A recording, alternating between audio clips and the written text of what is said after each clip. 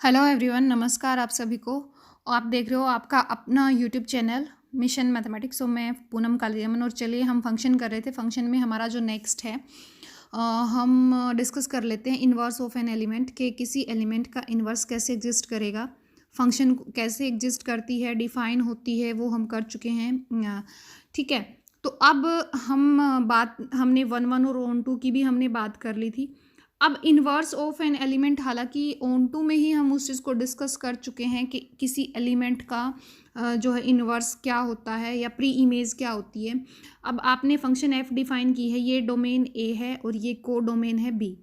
अब यहाँ से यहाँ एलिमेंट जा रहा है, ठीक है, यहाँ से यहाँ जा रहा है और हो सकता है यहाँ एक एलिमेंट ऐसा पड़ा है जिसकी कोई प्री इमेज है ही नहीं। मान लो ये 1 गया ए पे, 2 गया बी पे, 3 भी गया बी पे, तो ये वाला जो है सी, इस पे कोई नहीं गया। तो अगर आपको कहे कि एफ इन्वर्स ऑफ ए जो है वो क्या है आपका 1 है, और एफ इन्वर्स बी जो है वो क्या है आपका, वो 2 भी है और 3 भी है। ठीक है, और एफ इन्वर्स ऑफ सी क्या है, डज नॉट एग्जिस्ट। ठीक है, डज नॉट एग्जिस्ट।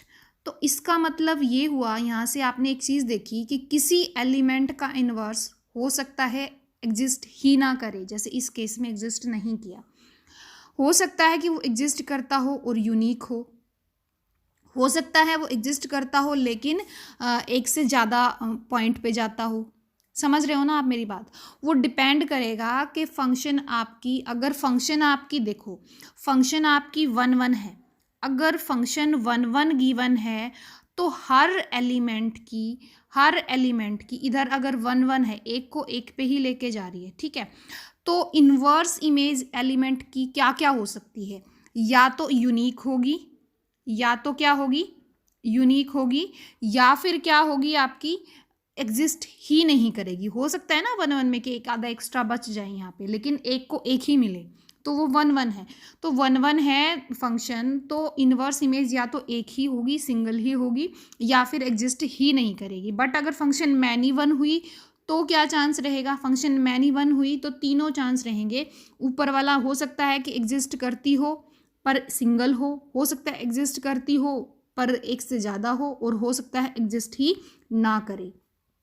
ठीक है, और फंक्शन अगर ऑन टू हुई, अभी फंक्शन ऑन टू तब होती है जब हर एलिमेंट की, ठीक है, एवरी एलिमेंट की इन्वर्स इमेज हो को डोमेन के, किसकी, को डोमेन के हर एलिमेंट की इन्वर्स इमेज हो, एग्जिस्ट करती हो। ठीक है, एवरी एलिमेंट की इन्वर्स इमेज होगी तभी जो है कोडोमेन के हर एलिमेंट की इन्वर्स इमेज होगी, तभी जो है फंक्शन जो है ऑन टू होगी। मतलब जो ये डज नॉट एग्जिस्ट वाली कंडीशन जहाँ ना हो तभी फंक्शन क्या होगी आपकी, ऑन टू होगी। ये छोटी छोटी बातें थी जो आपको क्लियर हो गई होंगी। ठीक है, तो अभी ये एक एग्जाम्पल यहाँ पे गिवन है, इसको देख लेते हैं। ठीक है, कि ये क्या कह रहा है आपको, ये क्या कह रहा है कि फंक्शन एफ है वो इंजेक्टिव है। इंजेक्टिव मतलब 1 1 है। ठीक है, डोमेन है एक्स वाई और जेड। ठीक है, रेंज में कौन है, 1 2 और 3, ये रेंज है ना कि को डोमेन है। को डोमेन में तो एक्स्ट्रा भी हो सकती है ना, रेंज से इक्वल भी हो सकती है पर एक्स्ट्रा भी हो सकते हैं। ठीक है, तो आगे क्या कह रहा है, such that exactly one of the following statement is correct and the remaining are false.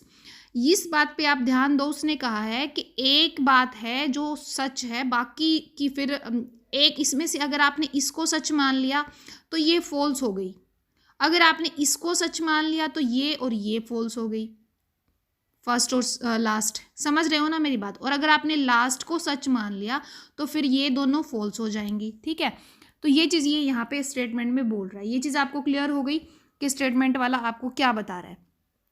अच्छा, अब हम पहली को, अगर मान लो मैं पहले वाली स्टेटमेंट को ट्रू मान लूँ, अगर मैंने पहले वाली स्टेटमेंट को ट्रू मान लिया कि एक्स जो है वो 1 पे गया, तो दूसरी जो है फिर वो ट्रू नहीं है। ठीक है, यानी वाई जो है, एफ ऑफ वाई जो है उसने कहा है 1 नहीं है, तो अब इसका मतलब हो गया कि वाई जो है, एफ ऑफ वाई जो है वो 1 है। ठीक है, और दूसरी क्या चलेगी, एफ ऑफ जेड जो है वो भी क्या है, 2 है, ठीक है। तो अब मुझे ये बताओ, x को अगर मैं 1 मान लेती हूँ तो पहली लास्ट वाली दोनों जो है वो ट्रू हो गई, मतलब फॉल्स हो गई, तो वो उल्टी हो जाएंगी। जो उसने दे रखा है उससे उल्टा लेना पड़ेगा। तो y 1 चला गया और z किस पे चला गया, 2 पे चला गया।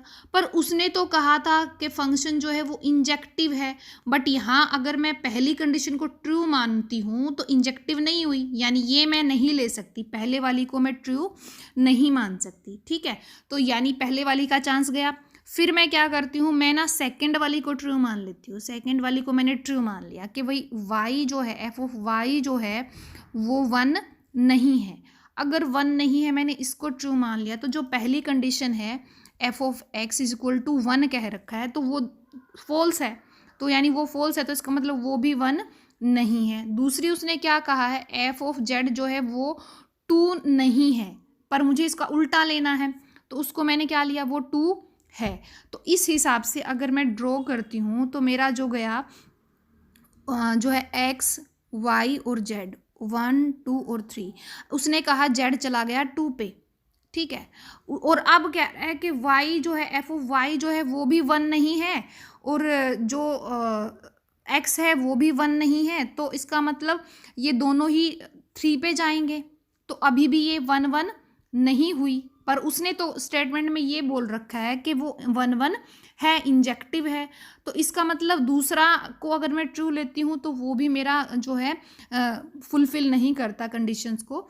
तो इसका मतलब मैं इसको भी नहीं लेके जा सकती। अब मैं क्या करूँ, अब मेरे पास क्या चांस बचा है, अब मेरे पास चांस ये बचा है कि मैं लास्ट वाली स्टेटमेंट को ट्रू मान लूँ। लास्ट वाली को अगर मैं ट्रू मान लेती हूँ, f ऑफ z को मैंने ले लिया कि वो 2 के इक्वल नहीं है, तो पहली कंडीशन जो है वो फॉल्स हो जाएगी, यानी x भी जो है वो 1 नहीं है, और f ऑफ y जो है वो 1 हो जाएगा। उल्टा लेना है, फॉल्स लेना है उनको, ठीक है।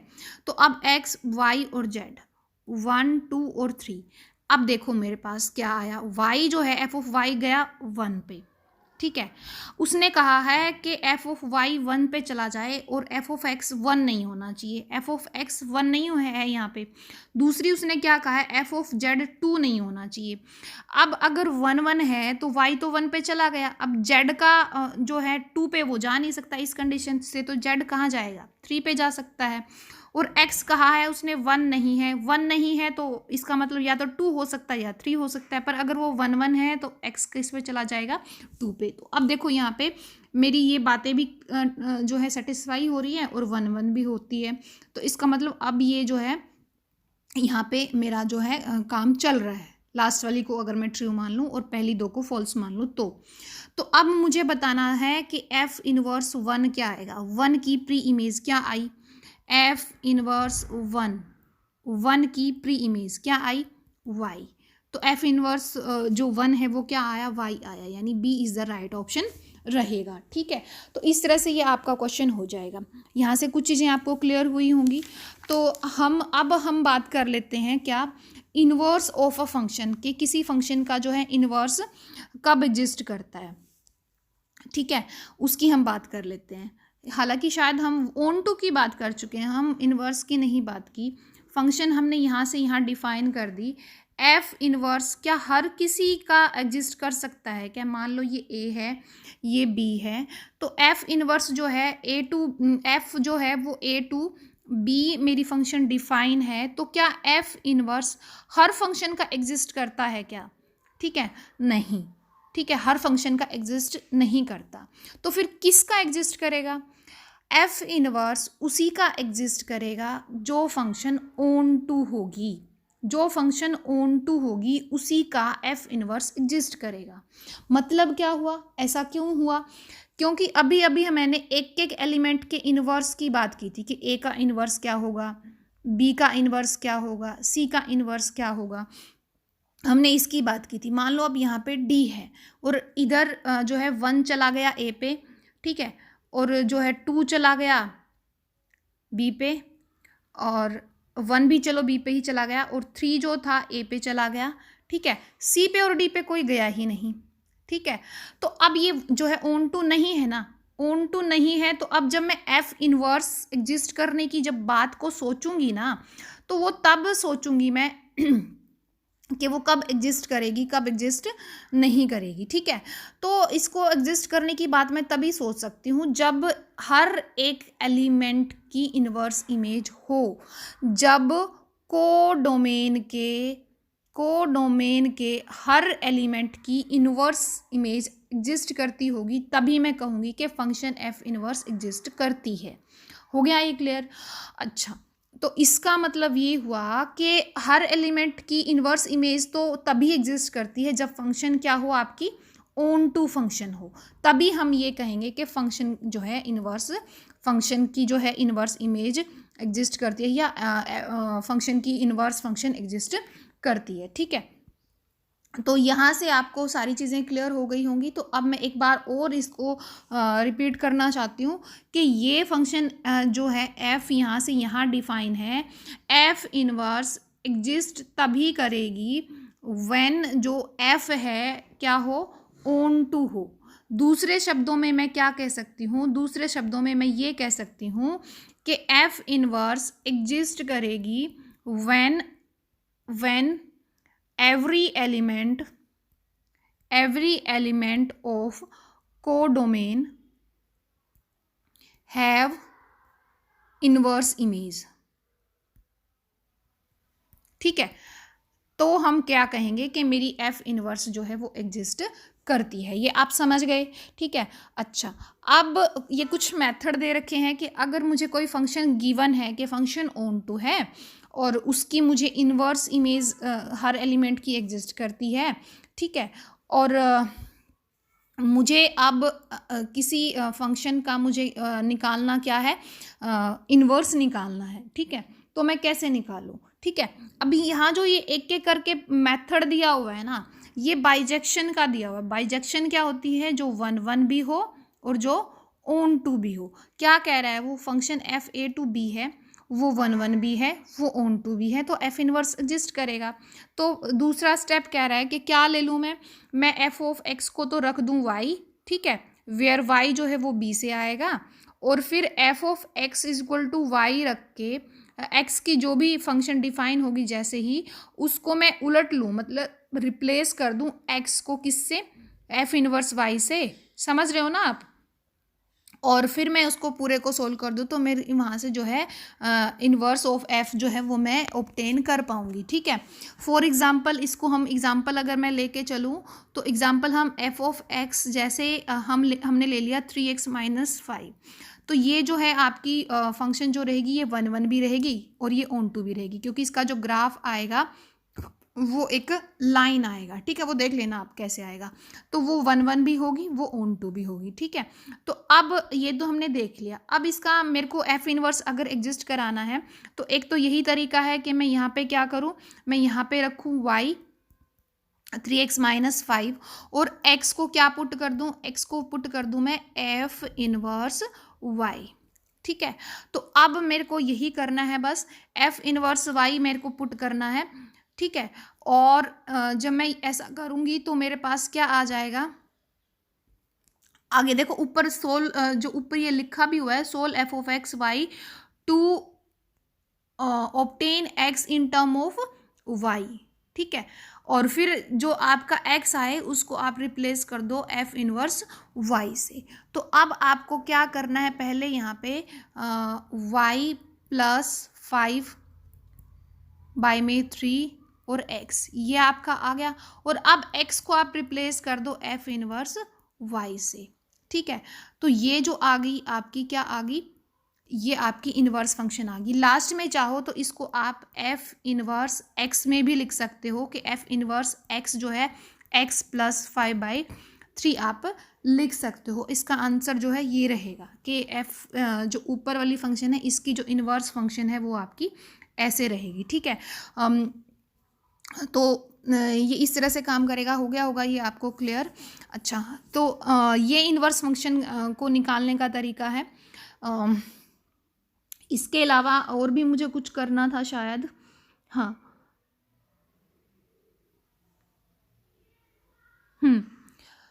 तो आपको बस यही करना है कि आपके पास जब भी कोई फंक्शन गिवन हो तो आपको उल्टा रख देना है उसको, ठीक है।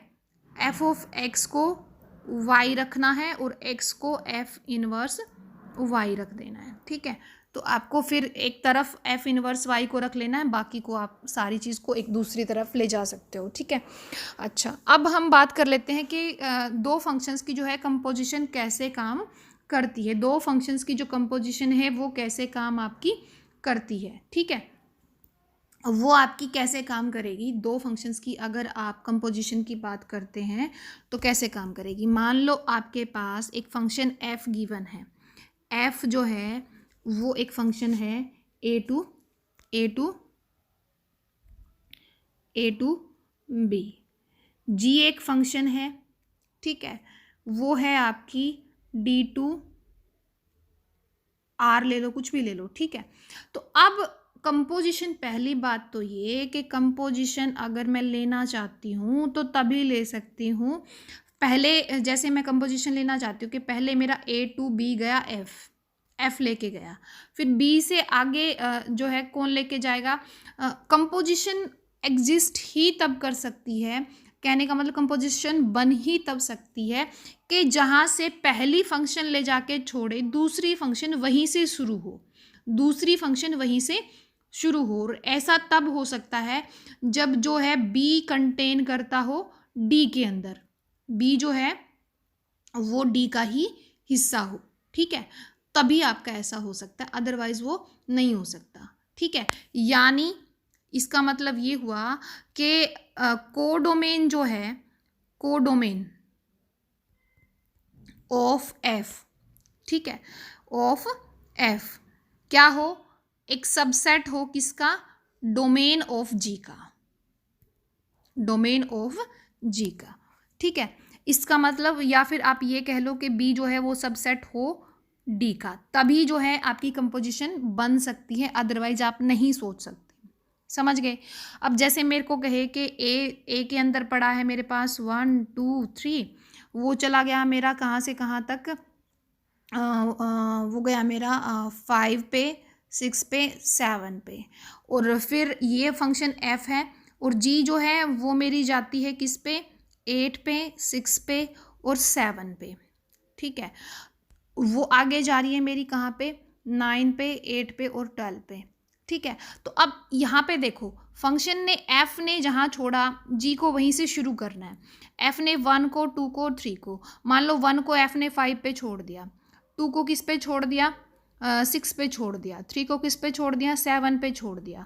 तो अब जी वहीं से शुरू करेगा, लेकिन जी के अंदर तो 5 है ही नहीं ना, जी के अंदर 5 है ही नहीं, तो उसकी शुरुआत ही नहीं हो पाएगी। समझ रहे हो ना मेरी बात, मतलब ये एलिमेंट तो आगे बढ़ा ही नहीं, तो ये तभी पॉसिबल था। यानी इस केस में आप देख रहे हो कि ये हिस्सा, ये चीज़ इसके अंदर कंटेन नहीं करती, तो इसका मतलब ये हुआ कि ये डिफाइन ही नहीं है, ठीक है। अब अगर मान लो बाई चांस यहाँ फाइव जो है यहाँ मैं ना लूँ, मैंने 5 को यहाँ नहीं लिया, ठीक है।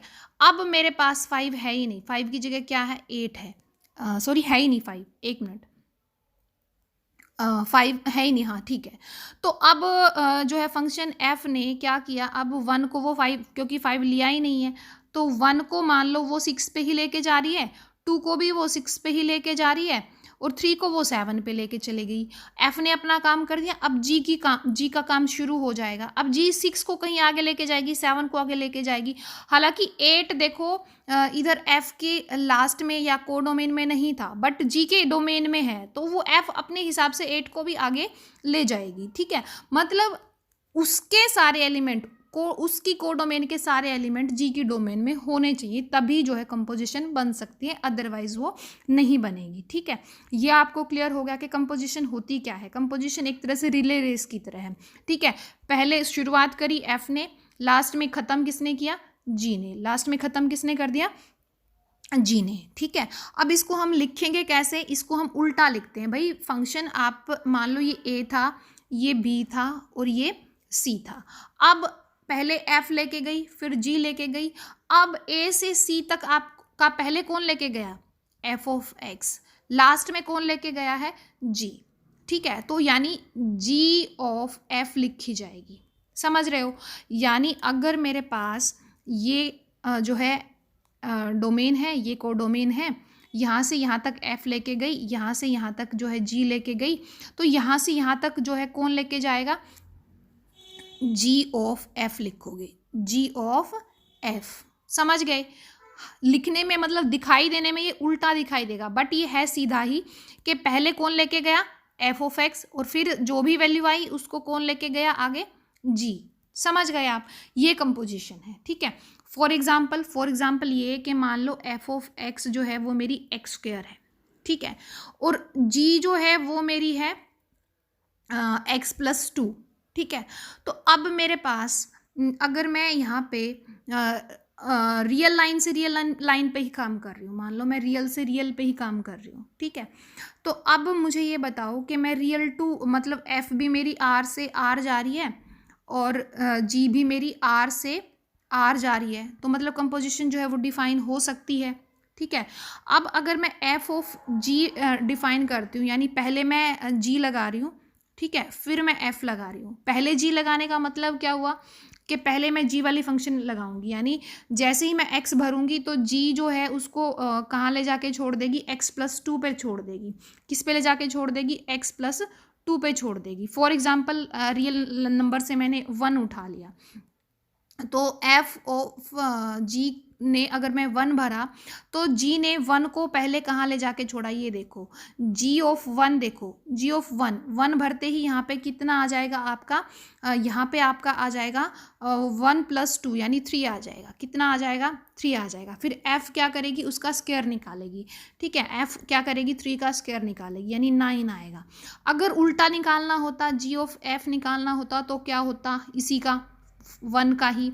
तो अब पहले कौन लेके जाएगी, एफ लेके जाएगी, एफ ऑफ 1 पहले जाएगा, ठीक है, और 1 का जो स्क्वायर है वो 1 ही आएगा, तो जी का जो है अंदर 1 ही आया। अब जी क्या करता है, उसके अंदर 2 को ऐड कर देता है, तो 1 प्लस 2 जो है कितना आ जाएगा आपका, 3 आ जाएगा, ठीक है।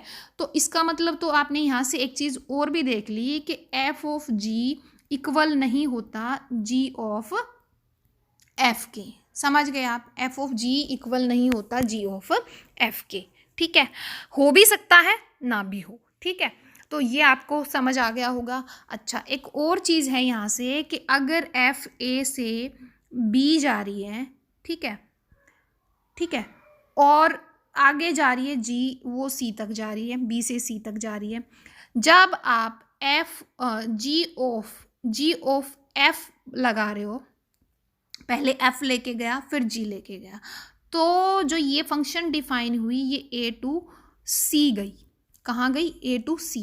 और जब आप एफ ऑफ जी बोलते हो तो पहले कौन गया, जी गया, जी कहाँ से कहाँ जाएगा, जी गया बी से सी तक, जी गया बी से सी तक, फिर आगे कौन लेके जाएगा, एफ लेके जाएगा, एफ कहाँ से कहाँ लेके जाएगा आपका, 1 मिनट, एफ कहाँ से कहाँ लेके जाएगा आपका, ए टू बी लेके जाएगा। तो क्या वो डिफाइन हो पाएगा, नहीं हो पाएगा।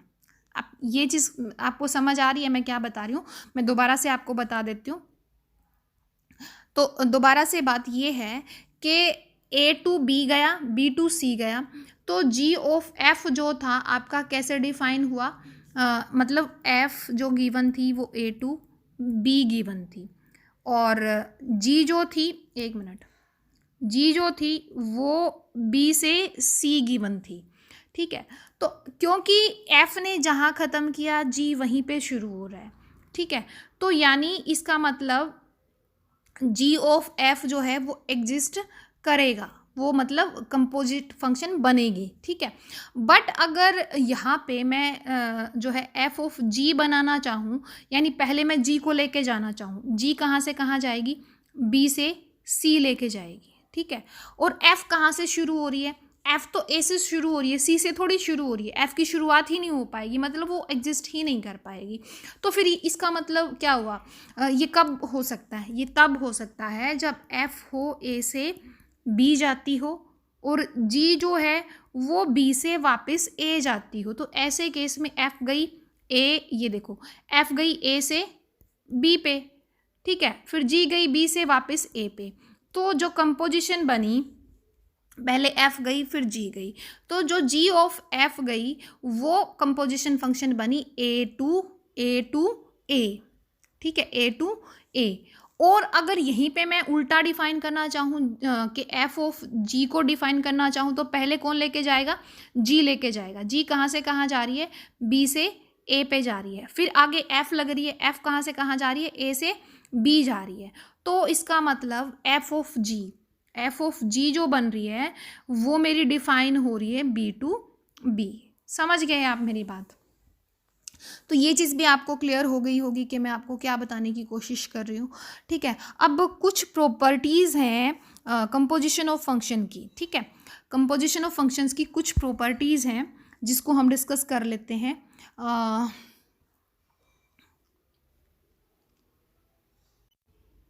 तो कुछ प्रॉपर्टीज़ है कंपोजिशन ऑफ फंक्शन की, उस प्रॉपर्टीज़ को भी हम देख लेते हैं। पहली जो प्रॉपर्टी है, फर्स्ट प्रॉपर्टी यहाँ नहीं है इमेज में, फर्स्ट जो प्रॉपर्टी है, फर्स्ट प्रॉपर्टी आपकी वही है कि एफ ऑफ जी जो है वो इक्वल नहीं होता जी ऑफ एफ के। ठीक है, तो मतलब वो कम्यूटेटिव नहीं होता। Composition of two function is not commutative, first property ये है। सेकेंड प्रॉपर्टी क्या कह रही है यहाँ पे कि the composition of function is associative. Associative होने का मतलब क्या है, एफ ऑफ जी लगा रहे हो, जो भी आ रहा है उसके साथ आप एच एक तीसरी फंक्शन ले ली, मतलब आप कंपोजिशन दो की नहीं कर सकते, दो से ज़्यादा की भी कर सकते हो।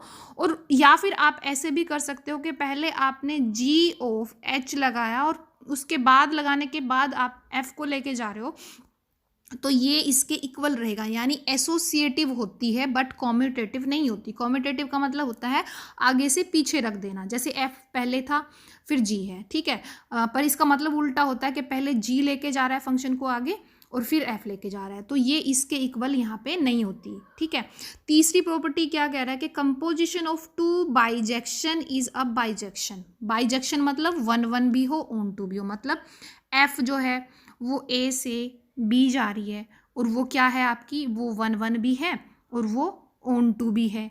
जी जो है वो आपकी बी से कहीं सी जा रही है, ठीक है, और वो भी 1 1 भी है, वो ऑन टू भी है। तो आपको पता है कि यहाँ पे आपके पास पहले कौन लेके गई, एफ, बाद में कौन लेके गई, जी। तो जी ऑफ एफ जो है वो कंपोजिशन बनती है, और अगर एफ भी 1 1 थी, ऑन टू थी, जी भी 1 1 थी, ऑन टू थी, तो F of G of F जो रहेगा वो भी क्या रहेगी, वो भी बाइजेक्शन रहने वाली है। ठीक है, थर्ड प्रॉपर्टी आपकी ये आ गई। ठीक है, अब फोर्थ प्रॉपर्टी के बारे में बात कर लेते हैं। फोर्थ प्रॉपर्टी क्या कह रही है, फोर्थ प्रॉपर्टी ये कह रही है एफ गई ए से बी। ठीक है, अगर मैं कंपोजिशन लूँ आई ए के साथ, आई ए का मतलब क्या है ये बता देती हूँ मैं, हालांकि पहले डिस्कस नहीं किया, तो इसको देख लेते हैं एक बार के आई ए क्या है। आई का मतलब है आइडेंटिटी फंक्शन। आइडेंटिटी फंक्शन क्या होती है, आई ए का मतलब है identity function from A to A.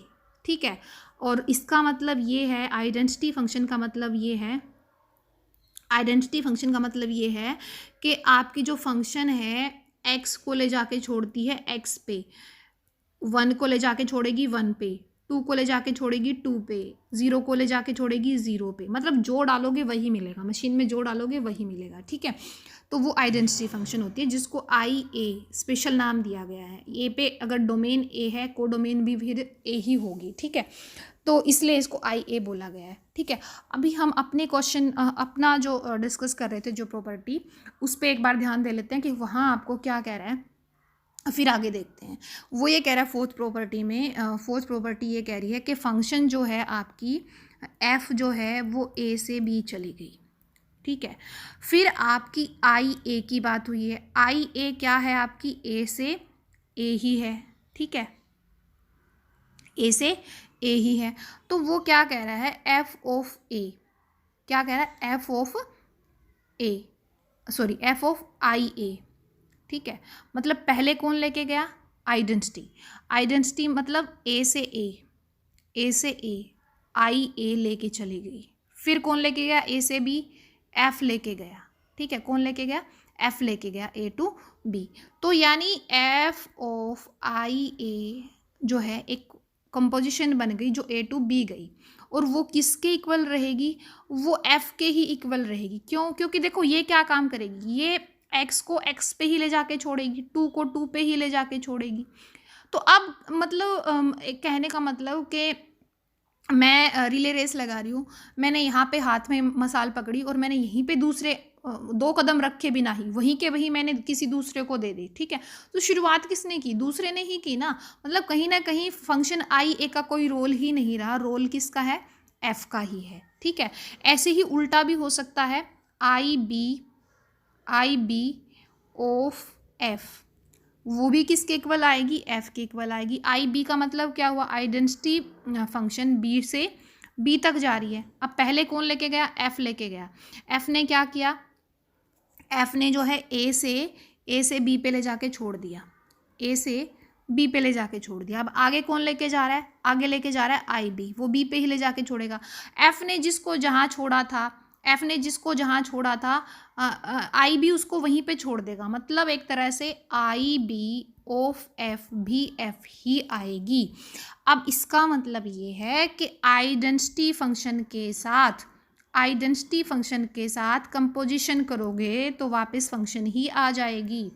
Identity function के साथ कंपोजिशन करोगे, चाहे आगे करो चाहे पीछे करो, तो वापस क्या मिलेगी? फंक्शन ही मिलेगी, ठीक है। कंपोजिशन किसकी हो रही है? फंक्शंस की हो रही है, ठीक है।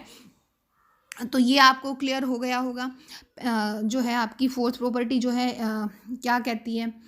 अब बात करते हैं फिफ्थ प्रॉपर्टी की। फिफ्थ प्रॉपर्टी ये कह रही है आपको कि फंक्शन गई, 1 मिनट, क्योंकि आपको जो है प्रॉपर्टी की डेफिनेशन भी देखना है और थोड़ा सा मुझे एक्सप्लेन करने के लिए भी चाहिए, तो इसको हटाना ज़रूरी है, इसको इरेज करना ज़रूरी है। 1 मिनट बस, ये हो गया।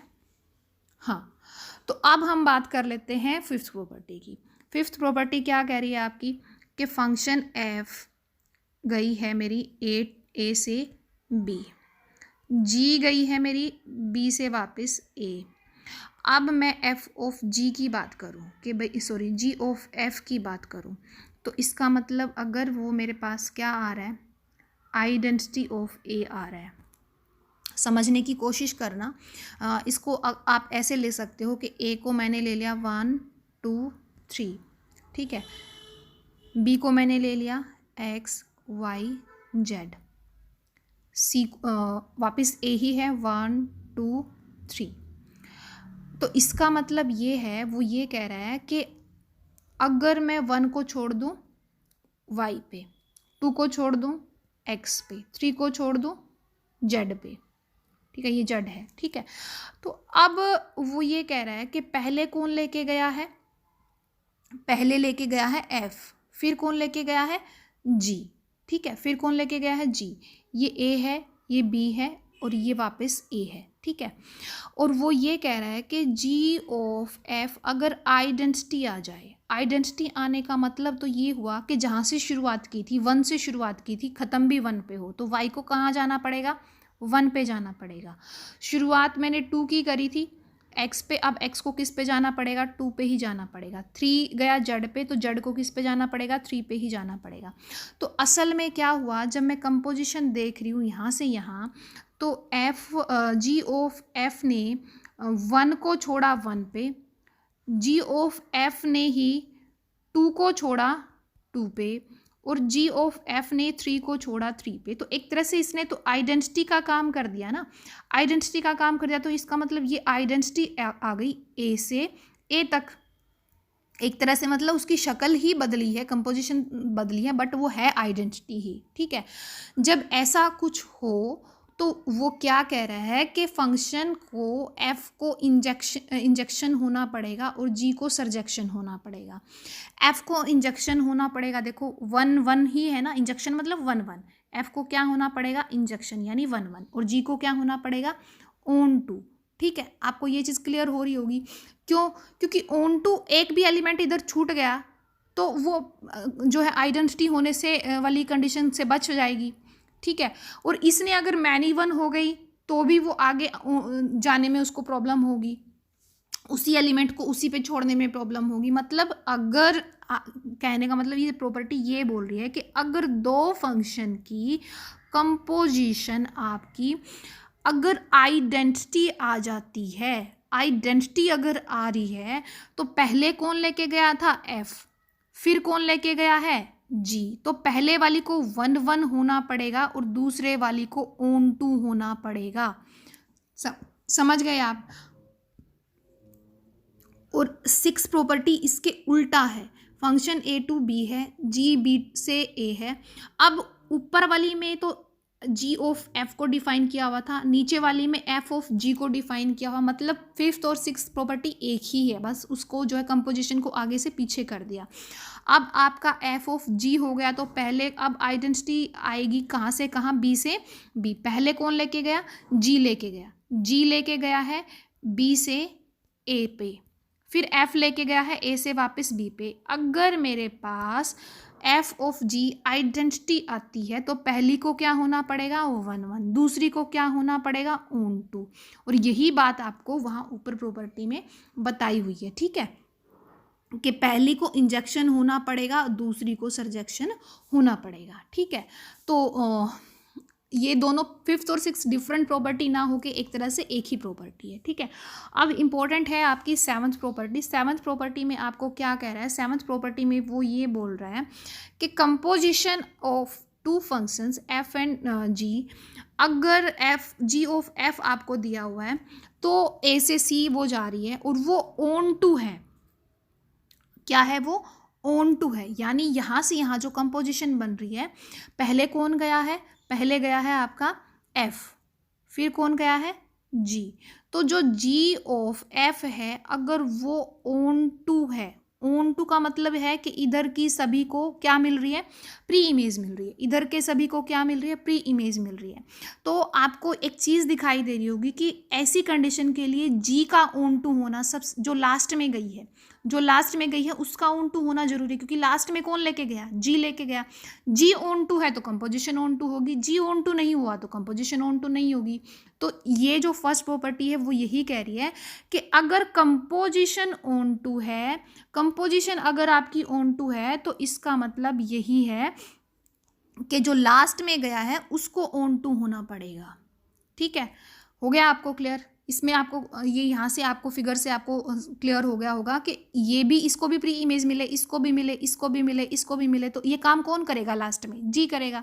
कंपोजिशन ऑन टू तो जी ऑन टू, ठीक है, और कंपोजिशन ऑन टू नहीं तो जी भी ऑन टू नहीं है, इसका मतलब, या फिर जी ऑन टू नहीं है तो कंपोजिशन ऑन टू नहीं है, ठीक है। हो गया आपको ये क्लियर।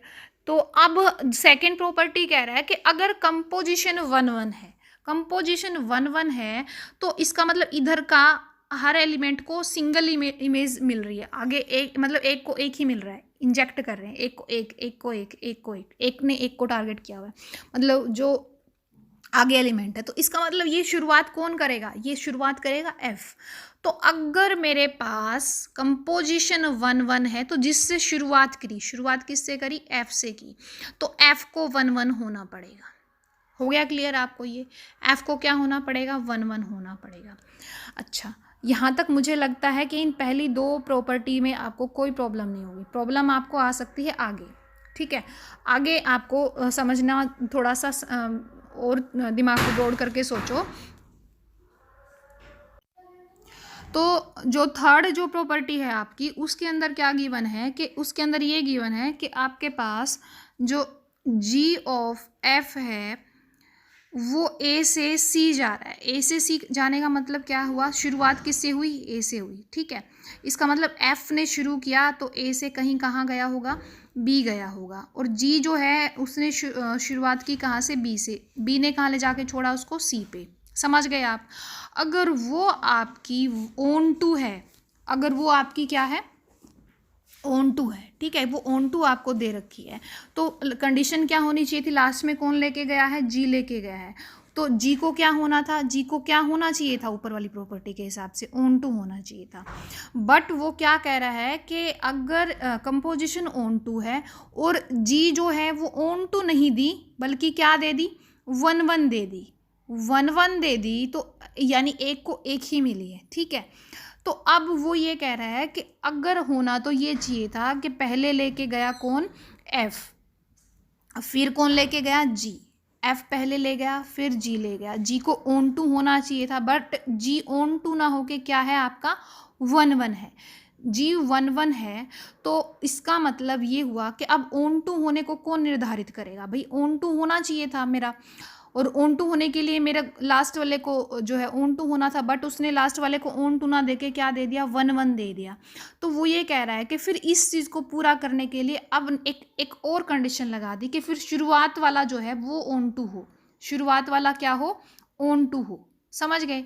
तो वो कह रहा है कि वो मेरी जो कंपोजिशन है तभी ऑन टू हो सकती है कि अगर G11 है उसके ऑन टू होने के बारे में कोई जिक्र नहीं है, तो फिर F को ऑन टू होना पड़ेगा। ठीक है। और ऐसे ही लास्ट वाली प्रॉपर्टी है, वो क्या कह रहा है कि कंपोजिशन अगर 1 1 है तो जिससे शुरुआत की थी F से शुरुआत की थी, ऊपर वाली प्रॉपर्टी के हिसाब से F को क्या होना चाहिए था, F को जो है 1 1 होना चाहिए था, बट F जो है वो 1 1 ना देके उसने ऑन टू दे दिया। अगर F ऑन टू है तो फिर उस 1 1 को पूरा करने के लिए किसको 1 1 होना पड़ेगा, G को 1 1 होना पड़ेगा। अगर ये दोनों ही प्रॉपर्टी में आपको कहीं पे भी प्रॉब्लम है,